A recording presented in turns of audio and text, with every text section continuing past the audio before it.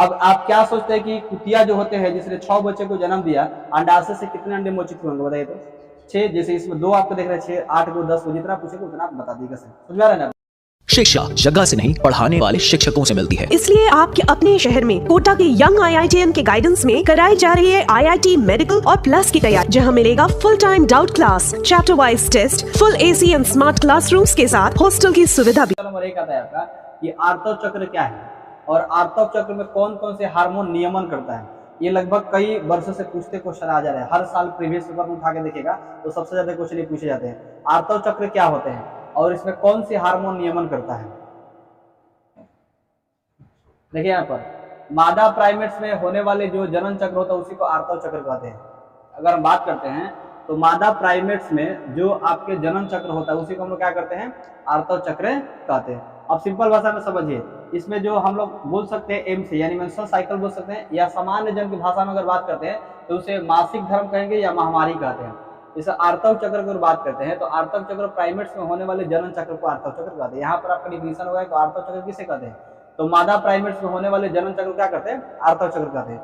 लेकिन अगर सामान्य भाषा में इसे कहा जाए, सामान्य भाषा में, तो मासिक चक्र भी कहते हैं, मासिक धर्म कहते हैं और महामारी भी इसे कहते हैं, और हम लोग इंग्लिश में बात करते हैं इसको मेंस्ट्रुअल साइकिल भी बोलते हैं। अब देखिए प्रथम ऋजुस्राव से रजोधर्म यानी प्रथम ऋजुस्राव जो होते हैं, ऋतुस्राव और रजोधर्म यानी MC की शुरुआत अगर बात करते हैं तो यौनारंभ से शुरू होता है, और हम लोग लगातार पढ़ते हैं कि यौनारंभ से शुरू होता है और जिसे कौन सा कहते हैं, रजोधर्म कहते हैं। और देखिए इसे हम लोग मेनार्क भी कहते हैं, रजोदर्शन भी कहेंगे और मेनार्क भी कहते हैं। स्त्रियों में यह आर्तव चक्र प्राय 28 से 29 दिनों तक अवधि के बाद दोहराया जाता है। यहाँ पर 28 से 29 दिनों के बाद क्या होता है, अवधि के बाद ये दोहराया जाता है। आपको बार बार बताते हैं कि लगभग 28 से 29 दिन के बाद हमेशा रिपीटेशन ये होते रहते हैं। इसीलिए रजोधर्म से दूसरे रजोधर्म के बीच घटना चक्र को आर्तव चक्र कहा जाता है। इसमें अब ये डिफिनेशन हो चुका है किसे कहते हैं, लेकिन इसमें कौन सा हार्मोन नियमन करता है, तो आपको सिंपल भाषा में बता रहा है LH और FSH जो हार्मोन होता है यही आपको क्या होता है, श्रावण करते हैं। यानी आपका कौन सा हार्मोन हो गया, LH हो गया और FSH आपका एस्ट्रोजन हो गया, यही श्रावण करता है। और LH और FSH दोनों आर्तव चक्र का मध्य होता है, जो पिछले क्लास में पढ़े थे 14 दिन के बाद, यानी लगभग 14 दिन में, यानी 14 दिन में क्या करता है ना, वो 14 दिन में क्या करता है, वहां पर अंड का निर्माण करता है। तो आर्तव चक्र किसे कहते हैं, आपको समझ में आ गया, मादा प्राइमेट्स में होने वाले जनन चक्र क्या कहते हैं, आर्तव चक्र कहते हैं। कौन से हार्मोन इसमें पाए, कौन से हार्मोन का नियमन करता है, तो कौन सा है, LH और FSH। आप ये इसी को लिखना है, एक डिफिनेशन यहाँ से यहाँ तक हो गया, कौन हार्मोन नियमन करता है, LH और FSH। अगर 5 नंबर का आएगा तो पूरा जितना बताया है सब लिखना है। अगर आपके 2 नंबर क्वेश्चन आता है कि आर्तव चक्र क्या है और हार्मोन का नियमन करता है, तो यहाँ पर लिख दीजिएगा। और ये चीज आपसे पूछता है कि बताइए कि आर्तव चक्र में हार्मोन का नियमन करने वाला का नाम बताइए, और ऑब्जेक्टिव क्वेश्चन भी पूछे जाते हैं। LH, FSH, LH और CHS ऐसे करके 4 ऑप्शन दिया रहेगा, तो उसमें आपको टिक लगाना है, LH और FSH होता है। ठीक है, अब थोड़ा देखिए प्रसव क्या होता है, प्रसव को प्रेरित करने वाले कौन कौन से हार्मोन शामिल होते हैं, इसमें भी हार्मोन की बात कर रहे हैं। तो प्रसव क्या होते हैं, सबसे पहले देखिए मानव में जो स्वगर्भता होते हैं, जैसे सामान्य अगर गर्भता की बात करते हैं तो मानव में जो स्वगर्भता की औसत अवधि होती है लगभग 9.5 माह की होती है, यानी 9 मंथ हम लोग बोलते हैं, 9.5 इसलिए बोलते हैं कि लगभग ये अगर देखा जाए तो 9 महीने ज्यादा भी होते हैं, तो लगभग हम लोग 9 माह भी बोल सकते हैं, 9.5 माह भी बोलते हैं। जिसे गर्भ विधि यानी गर्भाविधि होते हैं, जो जेस्टेशन पीरियड हम बोलते हैं, इंग्लिश में अगर बात करते हैं तो जेस्टेशन पीरियड बोलते हैं, यानी आप बोलते हैं जो प्रसव को, तो आप इसको पीरियड बोलते हैं, आप गर्भाविधि बोलिए, आप इंग्लिश में बोल सकते हैं, जेस्टेशन विधि भी बोल सकते हैं, पीरियड बोल सकते हैं। तो प्रसव क्या होते हैं, मानव में स्वगर्भता की औसत अवधि लगभग 9.5 माह होती है, उसी वही गर्भ विधि क्या कहलाती है, पीरियड कहलाती है। अगर हम बात करते हैं तो स्वगर्भता के अंत में गर्भाशय के जोरदार संकुचन के कारण गर्भ बाहर निकल जाता है। इसमें होता क्या है कि जो स्वगर्भता में अंत में अगर बात करता हूं, अंत में गर्भाशय के जोरदार संकुचन, जब संकुचन बनता है तो संकुचन के कारण जो गर्भ होता है वो बाहर निकल जाता है, और गर्भ के बाहर निकलने की इस प्रक्रिया को ही शिशु यानी शिशु के जन्म देना ही प्रसव कहलाता है। तो प्रसव लगभग समझ में आ गया, प्रसव किसे कहते हैं, यानी सिंपल भाषा में समझेंगे कि बच्चे को जन्म देना ही क्या कहलाता है, प्रसव कहलाता है। इंग्लिश में उसको डिलीवरी भी हम लोग बोलते हैं। अब देखिए इसमें हार्मोन की बात करें, ये तो हम समझ गए कि प्रसव क्या होता है, तो सिंपल भाषा में हम लोग बोलेंगे कि शिशु के जन्म देना क्या कहलाता है, प्रसव कहलाता है। या सिंपल भाषा में अगर हम बोलते हैं ये अवधि कितने दिनों तक चलती है, लगभग 9.5 माह तक होती है, और ये जेस्टेशन पीरियड भी कहते हैं। लेकिन इसमें होता क्या है कि संकुचन, प्रसव जो होता है इसमें संकुचन होता है, और संकुचन के कारण गर्भ बाहर ये निकलता है। लेकिन इसमें हार्मोन की हम चर्चा करते हैं, कौन सी इसमें हार्मोन आता है, देखिए ऑक्सीटोसिन हार्मोन होता है। इसमें अगर बात करते हैं कि ये जो प्रसव होता है, तो प्रसव के समय में कौन से हार्मोन शामिल होते हैं, प्रसव के समय कौन से आपका हार्मोन इसमें शामिल होते हैं। अच्छा, ये जब गर्भ बनेगा, गर्भ में कौन सा आपको हार्मोन रहता है, HCG हार्मोन रहता है। इसको आप याद रखिए, लगभग ऑब्जेक्टिव पूछे जाते हैं। गर्भ के समय जब गर्भ बनता है तो गर्भ के समय में कौन सा हार्मोन उत्पन्न होता है? एचजीसी हार्मोन आपका उत्पन्न होता है। लेकिन अगर आप बात करते हैं कि यदि आपको प्रसव के समय कौन सा हार्मोन उत्पन्न करता है, शरीर में कई तरह से हार्मोन उत्पन्न होते रहते हैं, समय समय के अनुसार होते रहते हैं। इसमें जो ये आपका प्रसव के समय हार्मोन उत्पन्न हो रहे हैं वो कौन सा हार्मोन है? आपका ऑक्सीटोसिन हार्मोन है, जो गर्भाशय पेशी का कार्य करता है। गर्भाशय पेशी पर क्या करता है? कार्य करता है, और इसके कारण जोर जोर से गर्भाशय संकुचन होने लगते हैं। जैसे अभी बताया कि संकुचन के कारण ही गर्भ क्या करते हैं? बाहर निकलते हैं। इसी हार्मोन के कारण क्या होगा? बार बार उसको गर्भाशय संकुचन होने लगते हैं, और संकुचन ऑक्सीटोसिन से अधिक स्रावन करते हैं और उद्दीपित हो जाते हैं। और उसके बाद गर्भाशय संकुचन तथा ऑक्सीटोसिन स्राव के बीच लगातार उद्दीपक प्रतिवर्ष के कारण ये होता है। ये लगभग देखा जाए तो हमेशा होते रहते हैं, उत्पन्न वहां से होते रहते हैं। इसी कारण क्या होते हैं? वहां से तीव्र स्तर बढ़ जाता है, और शिशु मां गर्भाशय से जन्म के समय जनन लाल द्वारा बाहर निकल जाता है, यानी प्रसव संपन्न हो जाता है।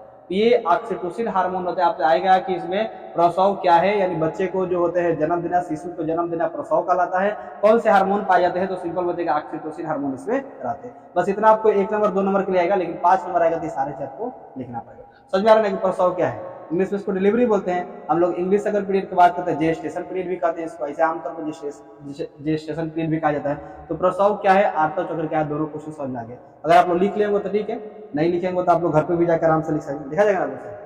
चलिए दूसरा देखिए आपको क्वेश्चन। ये क्वेश्चन लगभग आपको कई वर्षों से पूछते आ रहे हैं। हमारे समाज में लड़कियां जन्म देने का दोष महिलाओं को दिया जाता है, बताइए कि यह क्यों सही नहीं है?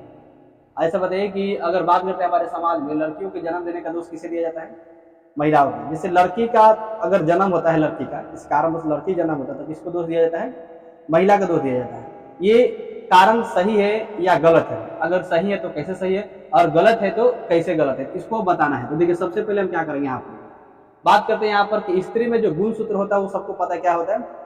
XX होता है, और जो आपका पुरुष में जो होता है वो क्या होता है? XY होता है। अब उसको दोनों देखेंगे, अगर हम देखेंगे सिंपल भाषा में, देखिए अगर हम समाज के लिए बात करते हैं तो हमारे जितने सारे लगभग रिसर्चर है, जितने सारे वैज्ञानिक है, सब रिसर्च के बनाए के ऐसा चीजें होते हैं। लेकिन आमतौर पर लोग बोलने के लिए कुछ भी बोलते हैं, लेकिन हमारे जो वैज्ञानिक अनुसार है उसी पर हम लोग चर्चा करते हैं। तो स्त्री में गुणसूत्र कितने पाए जाते हैं? XX, और पुरुष में कौन से पाए जाते हैं? तो हम समझ गए कि स्त्री में गुणसूत्र स्वरूप XX होता है, और पुरुष में जो गुणसूत्र होता है क्या होता है? XY होता है। इसलिए स्त्री जो अंडाणु द्वारा उद्दीपित करते हैं, यानी इसमें अगर बात करते हैं स्त्री तो अंडाणु द्वारा उद्दीपित हो जाते हैं, और युग्मित युग्मन X लिंग गुणसूत्र में होते हैं, जबकि पुरुष में युग्मन शुक्राणु, यानी स्त्री में क्या बनता है? अंडाणु, और पुरुष में क्या बनता है? शुक्राणु।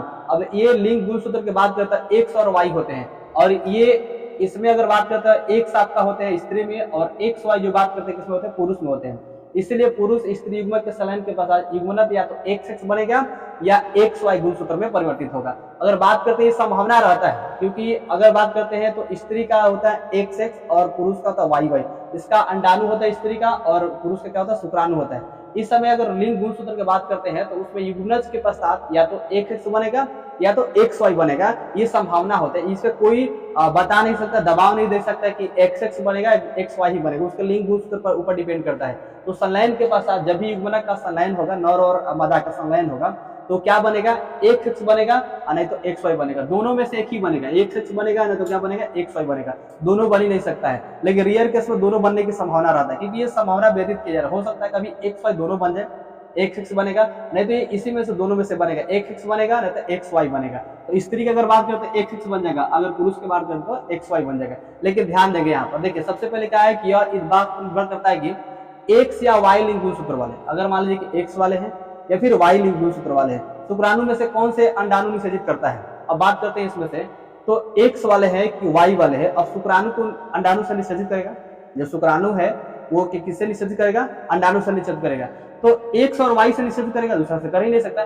फिर उस कंडीशन में क्या होगा? युग्मनज में एक से गुणसूत्र होंगे जो मादा में आपको होते हैं, तो मादा में अगर X गुणसूत्र होंगे तो वो लड़की होंगी, जबकि अगर XY गुणसूत्र वाले होंगे युग्मनज में तो नर होंगे। तो ये अगर XY लिंग गुणसूत्र शुक्राणु अंडाणु से निषेचित करता है, तो निषेचित करने के पश्चात हो सकता है वो XX बनेगा, नहीं तो हो सकता है XY बनेगा। तो जब भी आपका X गुणसूत्र वाले हो रहे तो क्या जन्म लेंगे? वो लड़की जन्म लेंगे। अगर मान लीजिए कि वो XY अगर गुणसूत्र उसमें बन रहा है तो क्या बनेगा? लड़का। तो ये अल्ट्रास्कैन से पता होता है, वहां पर जांच होता है तो पता देता है आपको कि XX उसमें बना हुआ है, जैसे गुणसूत्र देखेगा वो XX बना हुआ है, और उसके लिए उस समझ में आ गया कि लड़की जन्म ले रही है। XY बना तो वहां पर लड़के जन्म ले, ये अल्ट्रास्कैन से पता चल जाता है वहां पर। अब बात कर देखिए यहाँ पर, इसी कारण कहा जाता है कि वैज्ञानिक रूप से कहना सत्य है कि शिशु के लिंग निर्धारण इसे पिता द्वारा होता है, ना कि माता द्वारा होता है। इसमें किसी के द्वारा ये कहा नहीं जा सकता कि पिता के द्वारा है या माता के द्वारा है, क्योंकि वो जो अंडाणु और जो शुक्राणु होगा जब निषेचित करेगा, निषेचित करने के बाद वो जब गुणसूत्र बनाएगा तो कौन से गुणसूत्र बनाएगा ये किसी को आज तक पता नहीं चला। इसलिए समाज में अगर हम बात करते हैं तो वैज्ञानिक के द्वारा ही सत्य होगा, ना ही उसके पिता के दोष है, ना ही क्या है उसका माता के दोष है। समझ में आ रहा है ना? तो इसमें आप लगभग समझ में आ गया होगा कि ये समाज में हमारे लड़कियों को जन्म देने का दोष दिया जाता है, महिलाओं को इसे क्यों दिया जाता है, लड़कियों को दोष देने का अब अगर मान लीजिए कि दोष दिया जाता है, क्यों दिया जाता है, ये सब चीजें आपको लिख दीजिए। दूसरे क्वेश्चन है, एक माह में मानव अंडा से कितने अंडे मोचित होते हैं? यदि माता के स्वरूप जुड़वा बच्चे को जन्म दिया तो आप क्या सोचते हैं कितने अंडे मोचित हुए होंगे? क्या आपका उत्तर बदलेगा यदि जन्मे हुए जुड़वा बच्चे द्वि अंडज थे? अच्छा, एक माह में मानव अंडा से कितने अंडे मोचित होते हैं? एक ही होते हैं। एक माह में अगर एक वो अंडा की बात करते हैं तो कितने मोचित होते हैं? एक। कल भी हम चर्चा की थी कितने अंडे मोचित होते हैं? एक। यदि मादा के स्वरूप जुड़वा बच्चे जन्म लेते हैं, इसका मतलब कि हो सकता है जुड़वा बच्चे जन्म लिए तो 2 अंडे मोचित हुए हो सकता है। देखिए यहाँ पर एक माह में प्रत्येक चक्र में अगर बात करते हैं, जो प्रत्येक चक्र होता है एक चक्र में अंडा से कितना अंडे थे? एक। पहले बताते जो आपको मेंस्ट्रुअल साइकिल होते हैं उसमें एक ही बार में एक ही अंडा मोचित होगा, और उसमें जुड़वा बच्चा अगर हो रहा है तो इसका मतलब समझिए कि उस समय 2 अंडे मोचित हुए होंगे। और तो यहाँ पर देख किसी माता को जन्म दिया जब 2 अंडे मोचित हुए होंगे, यदि जुड़वा बच्चे 2 अंडा हो तो हमारा उत्तर नहीं बदलेगा, क्योंकि हो सकता है सब जुड़वा बच्चा अगर जन्म लिया तो 2 अंडा मोचित हुआ होगा। इसमें कहा जा रहा है कि यदि माता के स्वरूप जुड़वा बच्चे जन्म दिया हो तो क्या आप क्या सोचते हैं कि अंडा कितने मोचित हुआ होगा? 2 अंडे मोचित होगा। समझा गया ना? अब आप क्या सोचते हैं कि कुतिया जो होते हैं जिसने 6 बच्चे को जन्म दिया, अंडाशय से कितने अंडे मोचित हुए होंगे बताइए तो? 6। जैसे इसमें 2 आपको देख रहे हैं, 6, 8 को 10 को जितना पूछेगा उतना आप बता दीजिए।